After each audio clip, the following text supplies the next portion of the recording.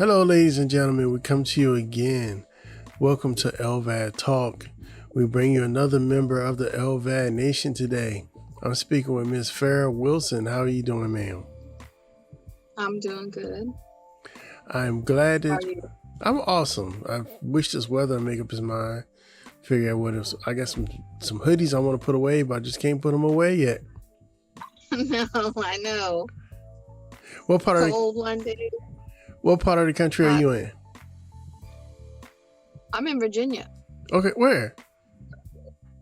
I'm in Virginia Beach. Oh, home girl, what's up? VA in the house. Okay. So I'm going to guess that you go to Centera, to the heart hospital? Yeah. Nice. Okay. So how long have you had your LVAD? I've had my LVAD for a year. Okay. Yeah. But, yeah. So when you got your LVAD, was it pre-COVID or after COVID? It was pre-COVID. Okay. So was that longer than a year? Well, I don't know. A little over a year. Yeah, a little over a year. Yeah. Yeah, it was pre-COVID. Mm-hmm. So what got you to that point? I went in for a procedure, mitral valve clip, and it backfired. I woke up with a balloon pump, and they were like, "You need the LVAD." I mean, I had. That's basically how the LVAD came into play. But I've had congestive heart failure for about 5 years. Okay. With my husband, we were stationed over in Japan, and I got a virus again. Like, what's his name? A virus took over, and there was no cardiologist over there in Japan at the military base. So I had to go to Japanese hospital until they got me back in the United States. And then I started going to Centera and taking medication, trying to do the medication route. But that didn't, it just got worse. My ejection fraction just kept getting worse and worse. What was it like to be in a hospital in Japan? Oh, I love Japan, but their hospitals are, their Japanese are like so advanced, but their hospitals are not, or that. It was sushi for breakfast, sushi for lunch, sushi for dinner. They had like no Wi-Fi, no internet, no TVs, and I shared a room with a little old Japanese lady. Okay. Who speak no English. So it was a pretty rough 7 days. Okay. Wow. So how long was it before, after you got out of the hospital in Japan, before you got back to the States? I want to say like 6 months or more, because I mean you have to get orders, and it's a whole moving process. And we had actually got orders to another part of where we were in Japan, and they canceled those orders because there were, like I said, there's no cardiologist, so we had to get like special orders to go back. Okay. And yeah, so that was it was less than a year we were back in the States. Yeah, I've spoken to a lot of people where the congestive heart failure started from a virus. Well, I had been smoking, I had smoked cigarettes since I was young. And then I had switched over to the electronic, the e-cigarette. And, I was smoking like 25 milligrams, menthol, black ice, like, the highest you can get, and I smoked that a lot, probably for 3 years before, I'm not saying that's what gave it to me, or, they don't know if that was it, but I always had that something like that, because I mean, I was pretty active, you know, and all of a sudden I couldn't breathe. Mm-hmm. Okay. And they did chest x-ray, and my heart was the size of my chest. Wow. Okay. Yeah. All right. So you get back to the States and you go to St. Tara, my good old home away from home. And so when you first got there, were you hospitalized when you were presented with the LVAD, or? When I went, well, like I said, we tried to do the medication route for a while. Mm-hmm. It wasn't really helping. And then the valves that go back and forth Mm-hmm. inside the heart, they weren't closing. Mm-hmm. So they wanted to go in and put these clips in called the mitral valve clip, and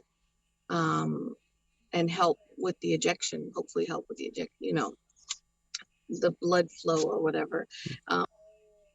They tore the heart with the clips. Mm-hmm. They actually tore the heart up. I mean, I almost died. Mm-hmm. And then I was in the hospital when I woke up, they were like, yeah, you almost died. We have a balloon pump. You can't get up. You can't walk. You have to make a choice if you want to LVAD. And I had a month. I was in the hospital for like a month, 2 weeks. Mm-hmm. And they did all the process. You have to do all the dental, psychiatry. Mm-hmm. You had to do all that stuff and the financial stuff. And so, but I was in the hospital those 2 weeks, and I wasn't able to walk. My mom had flew from Orlando, Florida, and she stayed with me in the hospital. I had shaved my head. I was stressed. I was, frustrated. I didn't want the LVAD because I didn't want the restrictions of that. I'm a old grandson, so like I was like, that's just I can't do that right now. Like I need, he's very active. Like I can't have this bag and carry this thing around. I don't want the hole in my stomach, and I didn't want it, but my grandson was ultimately why I did it, and my children, because of course I want to be here for them, and so, I 2 weeks later I got it. I was in the hospital for a month and a half recovering. That was hard. Yeah. That was hard. All the tubes and all the, just everything. It was very emotionally draining. Yeah. Yeah.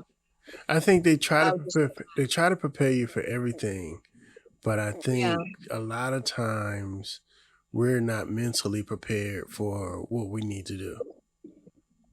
Yeah, no, definitely not. I don't think I was ready mentally. Yeah. I think after I left the hospital and went home, I cried like every day for like a month. I mean, it was just like, and I'm not a crier. Like I am not a crier. Like, I'm a strong Hispanic woman and I'm gonna do what I gotta do. Right. But this LVAD, not taking a shower, that got me. My shower bag, it was like I cried in the shower. Yeah. Cried. When that water hit me, it was like, oh. Yeah, I say time and time again, my number one thing I want to do once my LVAD is gone is just soak in the bathtub. I just want to swim again. Yes. We had a house and I had a huge pool. A huge pool. 10 feet deep, diving board. Like my grandson, I stayed in the summertime. I was in that pool, and we sold our house I couldn't look at the pool. I couldn't, It was torture. there's no point. Like, Yeah. you're the one who swims in the pool. I'm not gonna have that out there and you can't get in. So we sold our house and we actually moved to Virginia Beach. We were living in Gloucester. Okay. And then we moved to Virginia Beach to be closer to the heart hospital, because sometimes driving was over almost 2 hours in traffic with the tunnel and everything. And I was so scared that if they called me or something happened, I'd be so far, like I don't even want to get stuck with that tunnel. Yeah. So I moved all the way to Virginia Beach so I could be closer to the heart hospital. Yeah, I want to swim so bad. My father, his last duty station, I'm a Navy brat, so Me too. So his last duty station was Puerto Rico, Roosevelt Roads. And that's where I learned to love to swim. Partially because there's nothing else to do. Right. So swim and eat. That's what it was to do there. So yeah. I miss swimming so much. Yeah. I miss it. I miss it so much. Probably the thing I miss the most. So swimming. What was your recovery like once you got home? Once I got home, I mean, I was down for a couple, for a good month, and then I started. They brought physical therapy to the house. In Gloucester, way out there in the country, they had somebody coming out there, and he would make me walk, and I'd be so pissed with him. like he's here. Oh God. Right. This like dude. I did not. Yeah, this dude right here. He's like, I just want you to get up and do this and do that a couple. No, I don't want to. I was a little stubborn, but it wasn't so bad. And then what happened? My grandson, he just keep me going. He has a lot of energy. He lives with me. I've been taking care of him, and he's just like, ball of energy, Yeah. On the day I didn't want to get up and I just wanted to lay there and like be depressed or cry, he was, Mama, come on, Mama, I'm hungry, Mama. He always wanted me to get up and do something. So he kept me motivated. He kept me getting up. Mom always says that he saved my life. Like, he saved me, because I don't know if I would have. I don't know. He gave you the motivation. Yeah, he definitely did. I mean, I love my kids. You love your kids, but when you have that grandchild, it's like, no, there's no explanation for that love right there. He's so, I don't know. How is he? How old is he? He's 4 now. He just turned 4 in December. He's still a handful. I mean, he's starting to talk. So it's like, he's starting to be that toddler, where you're like, okay, yeah, you gonna get your butt tore up. You keep on messing with me. But he's a really good kid. He's so loving. He's inside. He'll just say out of the blue, I love you, and I'm like, I love you too. When your teenagers grow up and they stop. I got a 22-year-old. I got a almost 18-year-old and a 17-year-old. Okay. They don't want no kisses and hugs. they don't want that. Only grandma, my grandson, he loves it. I have a 14-year-old daughter. And yeah, that's an adventure right there, all by itself. Oh, good. It's gonna get worse before it gets better. Don't say that. Don't say that. Being a girl myself, trust me, it's gonna get worse before it gets better. Yeah, I'm starting to see where I used to be her superhero, and now not so much. No. And they'll always love you. They just want to, argue with everything you say. It don't matter what it is. It's a debate. I'm at the point right now. I'm fighting for attention with her favorite rapper. So. With her favorite who? Her favorite rapper. I don't even want to know because my daughter loves Tyler the Creator, and it's ridiculous. He's all over the walls, everywhere. Yeah, my daughter likes the baby, and I really had to just veto the baby bed, the bed sheets with his face on it. Oh God! Well, you can get some daddy bed sheets. We can work that out. No, no. But eventually, I'm working now, so I'm trying to keep myself busy. You know, I do my side businesses, and then I work 20 hours a week. You know, 20 to 22 hours a week at a bakery. Okay.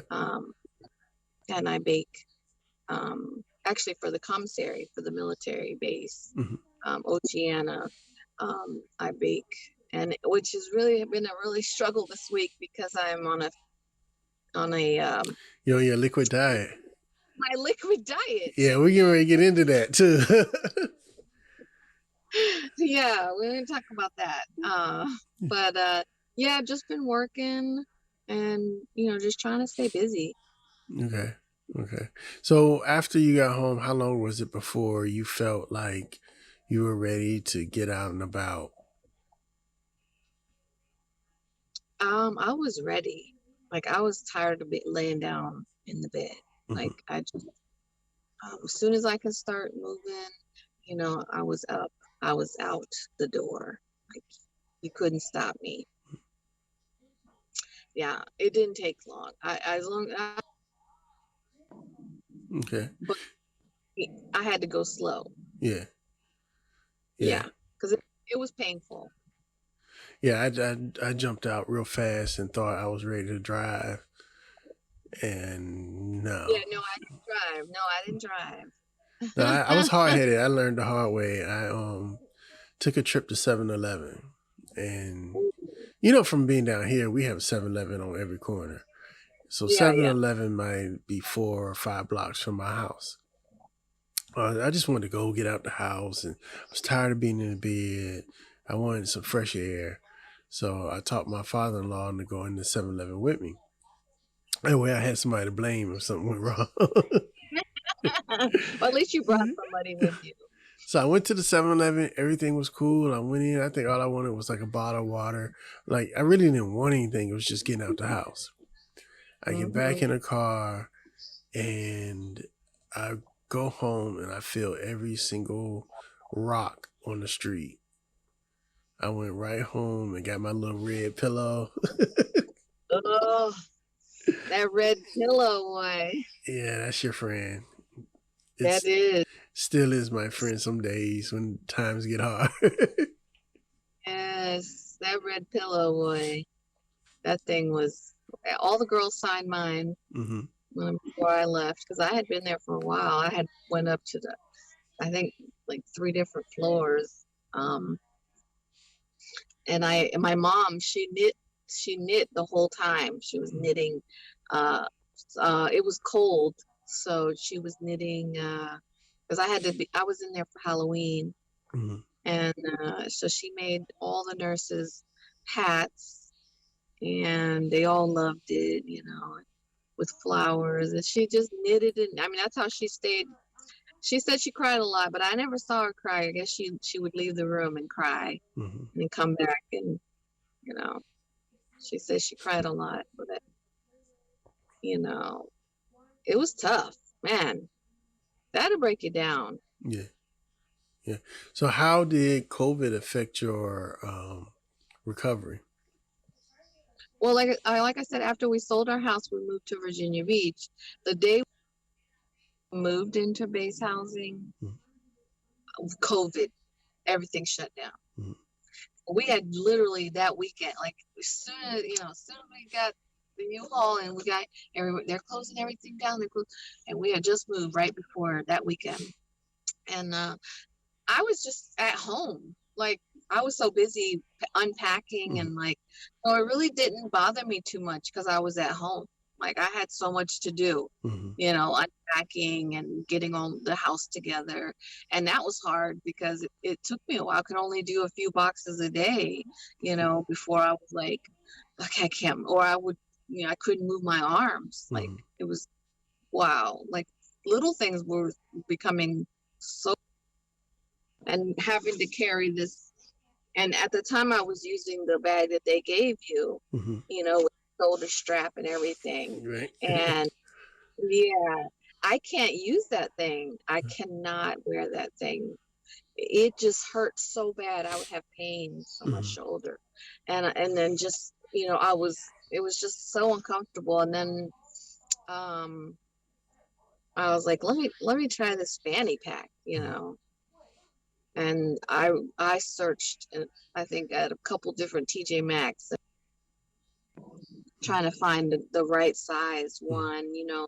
Yeah. Because there was some cute ones, but it wouldn't fit. Yeah. The bag search is always a thing.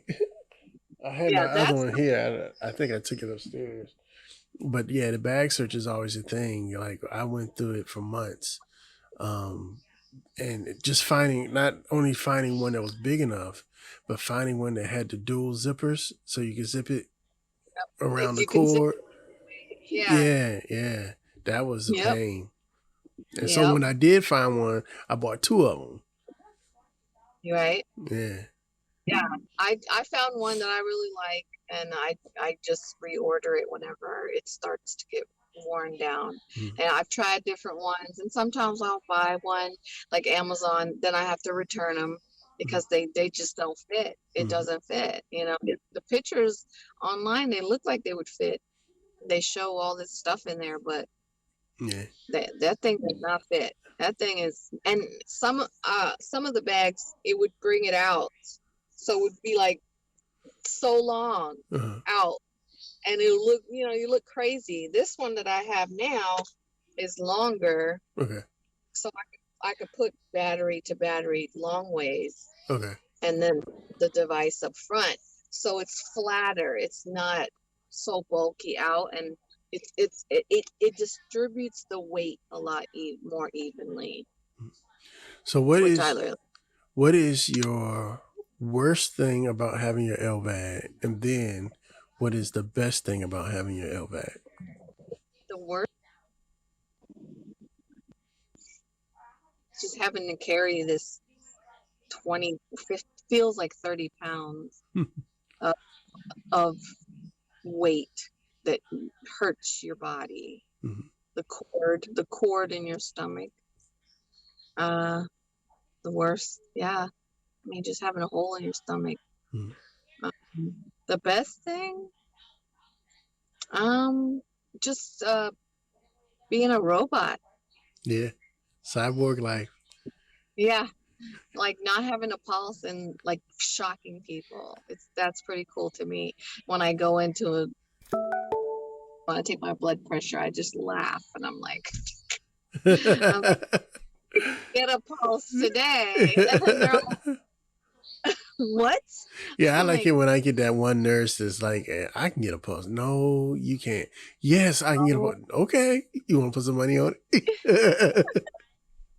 It was so funny because the other night I was laying down and I don't know why I went like this to I don't know, just to feel, you know, you just, and I felt something, and I was like, and it was nothing. Maybe I must have swallowed right when I thought I felt something, and I was so excited, but it wasn't no pulse. Yeah. It's weird. But what the guy on TikTok, he says he can feel his pulse now. Okay. And he said that's the weirdest thing. Cruise? And I'm just, yeah, Cruise. I don't know. I never thought about that. What would he feel like to feel a pulse again? Like I never, you did take those things for granted. Yeah. It's crazy. I can't imagine how he feels now. one of the craziest things with me right now, especially doing this podcast, is my mic picks up my LVAD. Like in post. Oh, really? Yeah, in post, I have to go and put like a filter on it, or you'll hear the hum of my LVAD. Oh, wow. Yeah, but my LVAD is It's sutured. loud. It's sutured to one of my ribs, and that acts like a speaker. So I constantly have this hum in the inside of my head. And that, believe it or not, out of all the things, that was one of the things that it almost drove me crazy. It literally did. Like, I would be laying there like, do you hear that? And they're like, no. I'm like, Mom, do you hear that? She's like, no.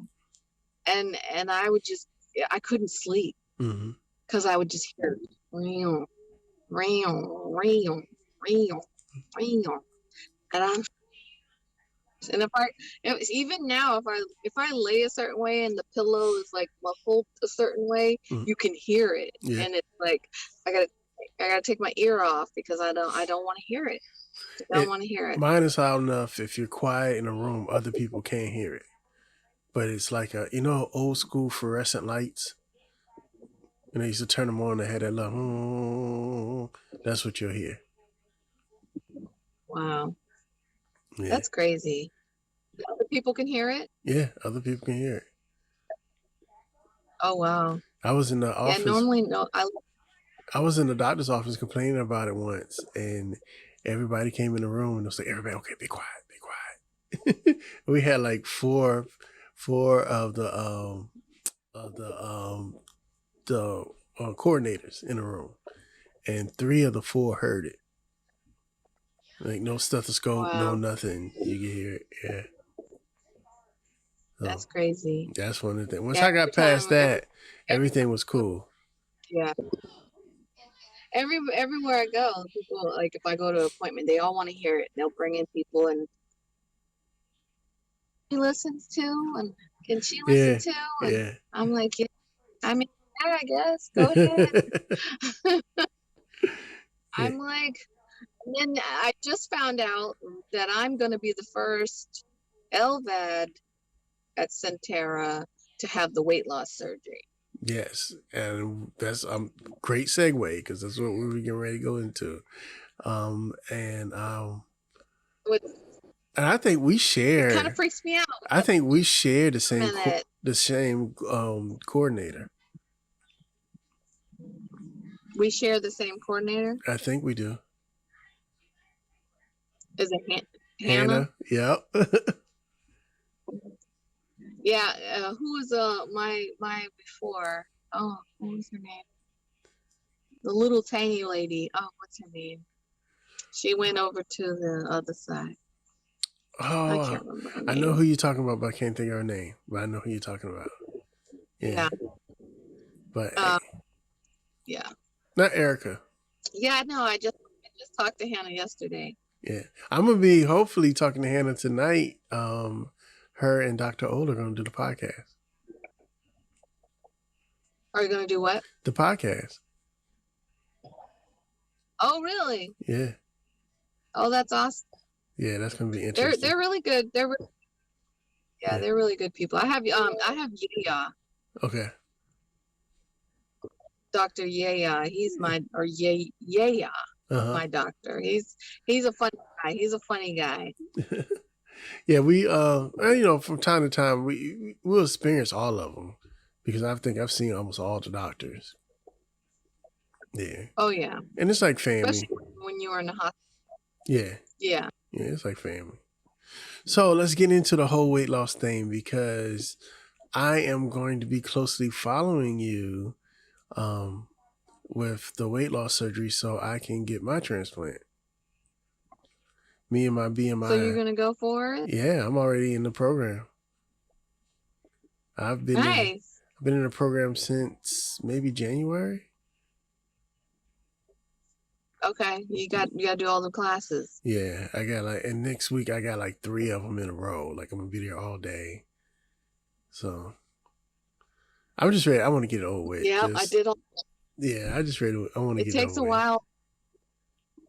It's really going to take a while. And the COVID didn't help because everything got canceled. We had to do classes. Some of the meetings were Zoom. Some of the classes we did there. So a lot COVID, kind of messed up, kind of slowed the process down. And they already warned me, like your batteries. Go ahead and take a battery break.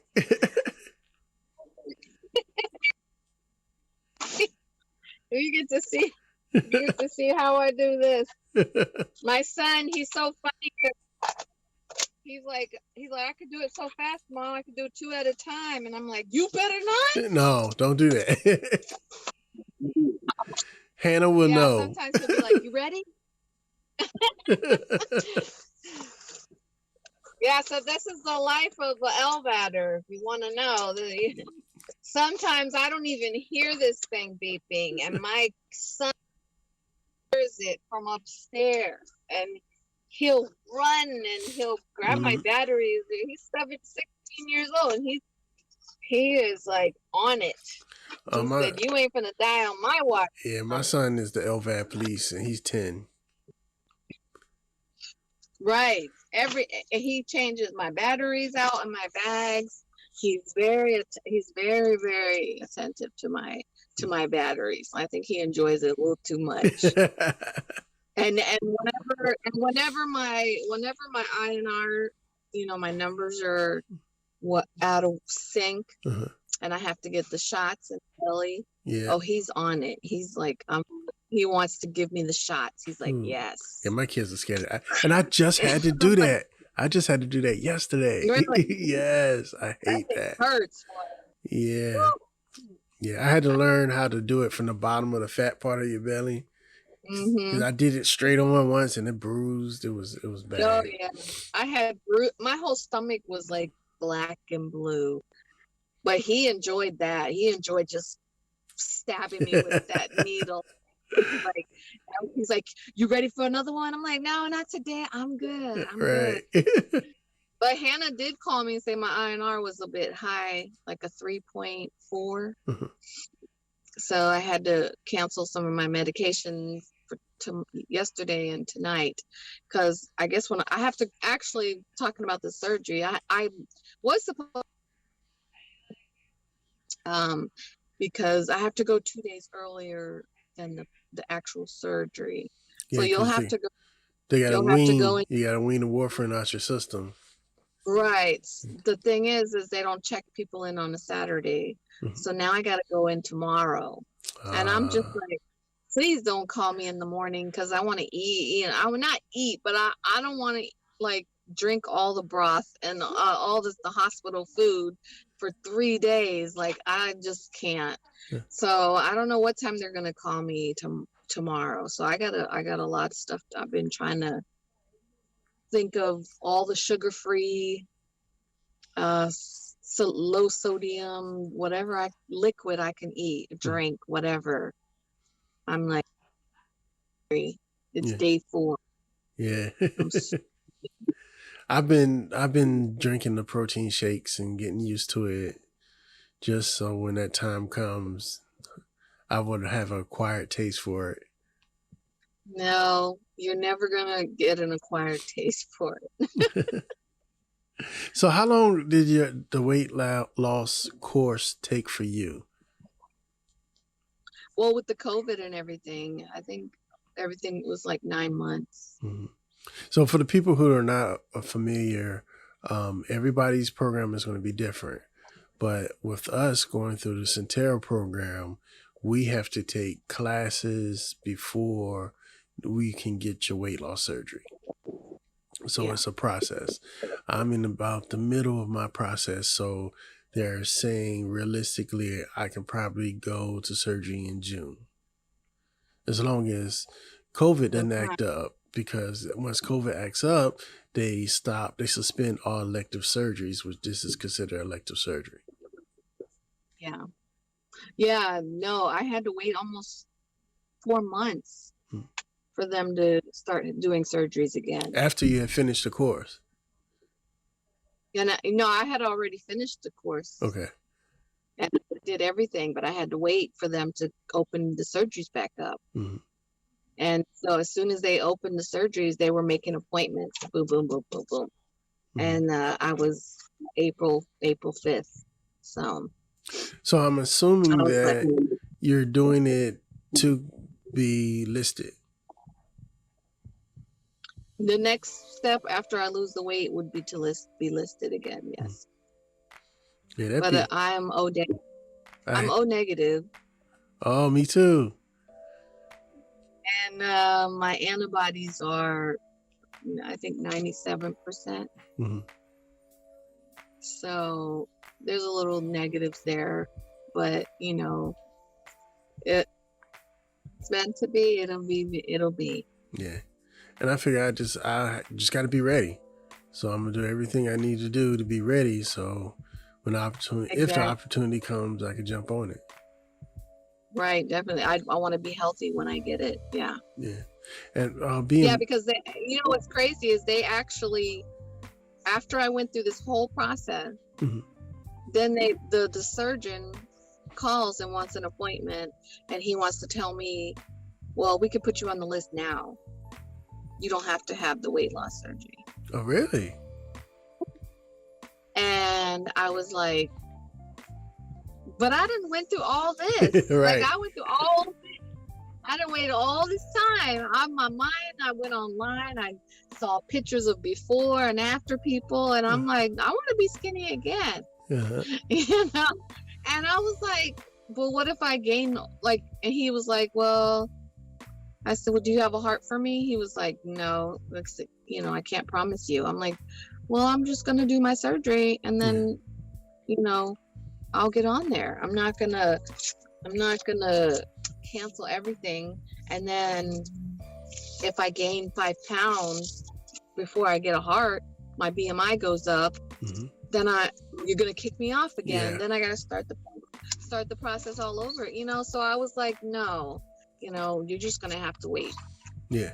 And that was crazy to tell the surgeon, to explain to him, look, this, I'm doing this because I want to be healthy. It's not about, whether or not I get a heart or not. Because, the chances are, with being owned, I tell you, it's a lot. Mm-hmm. It's a lot harder for us. Yeah. Yeah. Well, hopefully I would like to have this is our before interview. In like a couple months, I want to have the after interview and see the new you. New me. Yeah, well, you gotta wait. You gotta wait till summertime. Shoot, I'm gonna be snatched back.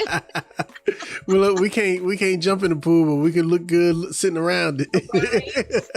I'm a tan. Look, last summer I bought a little kids pool and I got a lawn chair and I just put my chair in the little pool. My feet in there and I got my tan. I covered up my LVAD hole and I laid out there in the sun. I was sweating. That's one thing I can't stand is sweating. Yeah. With this thing. All right, so I'm gonna let you go because I know you're busy and you're getting prepared for surgery.